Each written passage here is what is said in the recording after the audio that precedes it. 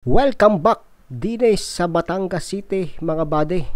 At ari nga sa pangalawang pagkakataon tayo ay magpapalipad dine sa mismong bayan ng Batangas na kung saan ay talaga namang nakakamangha ang malaking ipinagbago ng ating bayan. Ang bayan ng Alae. Nako, yung kalyeng are ay ang P. Burgos Street na kung saan ay ating binabaybay ngayon mga bade.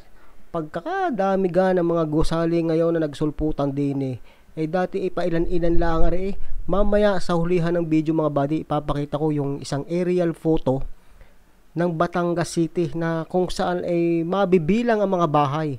At ari nga mga buddy, papunta na tayo din sa kalsada na papunta din sa University of Batangas. Ang mga malalaking building na yan ay ang Walter Mart, sa kaliwa, sa kanan ay ang Pure Gold, at doon sa unahan ng Pure Gold ay ang Kaido Commercial Center. At syempre, ang ating alma mater yan, ang University of Batangas. Yan po ang kabuuan ng bayan ng Batangas. Napakaganda mga buddy. Talaga namang nakakamangha ang malaking pagbabago. Ay dini nga ay pabalik na tayo. Ay kita nyo naman ang Kalumpang River. Nako, ang pagkakaganda mga buddy. Ang daming mga building, ang daming mga bahayan talaga na nandini ngayon. At talagang isa sa napakaunlad na bayan ay itong Batangas City. Diyan tayo nagpalipad mga buddy sa may Plaza Mabini. Ito nyo naman ang mga puno. At tinutumbok natin ay ang simbahan na kung saan ay talaga namang napakaganda rin. At yung mga asul na building na yan, yan naman ang St. Bridget College. Napakaganda. At sa kaliwang bahagi ng ilog ay ang Libho. Doon naman sa kanang itaas na bahagi ay ang Malitam at ang Wawa. At yan ang palengke na kung saan dinadaanan din natin noon. Napakaganda. Kitang-kita nyo naman ang ganda ng Batangas Bay. At yan naman ang BSU mga buddy. Isa sa napakalaking eskwelahan dito sa bayan ng Batangas. At yang nasa kaliwang bahagi ay palengke pa rin mga buddy. Hindi tayo masyadong lumayo ngayon dito dahil medyo mahangin. Kaya paikot-ikot lang tayo.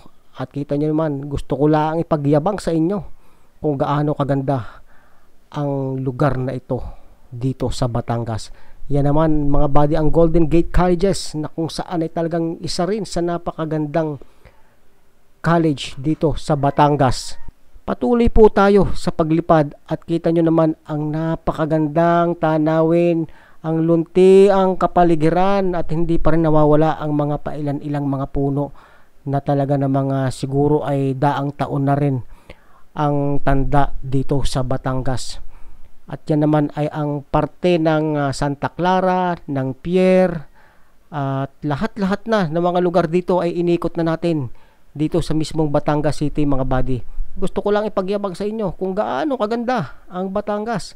At ito, bumalik tayo din sa simbahan mga buddy. Ayan, tiga, napakaganda ng simbahan na yan. Paikutan natin ng kaunti upang sa ganun ay inyong makita ang napakagandang simbahan kagaya ng ginawa natin sa simbahan ng Taal na kung saan ay talagang napakaganda at lumang simbahan na yan. Nako, napakaganda talaga ng Batangas. Puro paghanga lang ang aking mabibigkas sa inyo mga buddy. Sa ganda na lugar na yan. Ayan, kita nyo ga ang Mount Makulot na yan. Yun. Diga. Pag sa ganda naman, yan naman na papunta doon sa SM. At yan syempre, ang munisipyo ng Batangas City. Maraming salamat sa pagpapahintulot na tayo ay makakuha ng area shot dito sa mismong Batangas City. Ay siya, pabalik na tayo din mga buddy at medyo mahangin na. Sa susunod muli nating paglipad, abangan! At bago tayo magkalimutan mga buddy, ari yung isang lumang larawan na nakita ko at ito nga ay sa Batangas. Kung inyong mapapansin ay are ang Kapitolyo sa lugar na are. Ayan ang Kalumpang River. Nandini ang Regional Hospital kung hindi ako nagkakamali. At dito sa itaas na bahagi ay ang Batangas City mismo. Yan ang simbahan. Ito yung bus depot. Maaring ito ay yung nasa lawas yung dati na pwesto ng Walter Mart at saka ng Pure Gold. Ito yung palengke at merong railroad station dito at ari naman ay papunta sa Santa Clara at aring kalsada na ari din ay papunta naman sa Bawan. Yan po yung isang larawan at ito pa yung pangalawa na kung saan ay ito siguro ay bahagi ng Batangas City mismo na pailan-ilan pa lamang yung mga nakikita natin ng mga bahay at posible na ito ay ang P. Burgos Street. Yan yung nakita natin na lumang larawan ng Batangas City.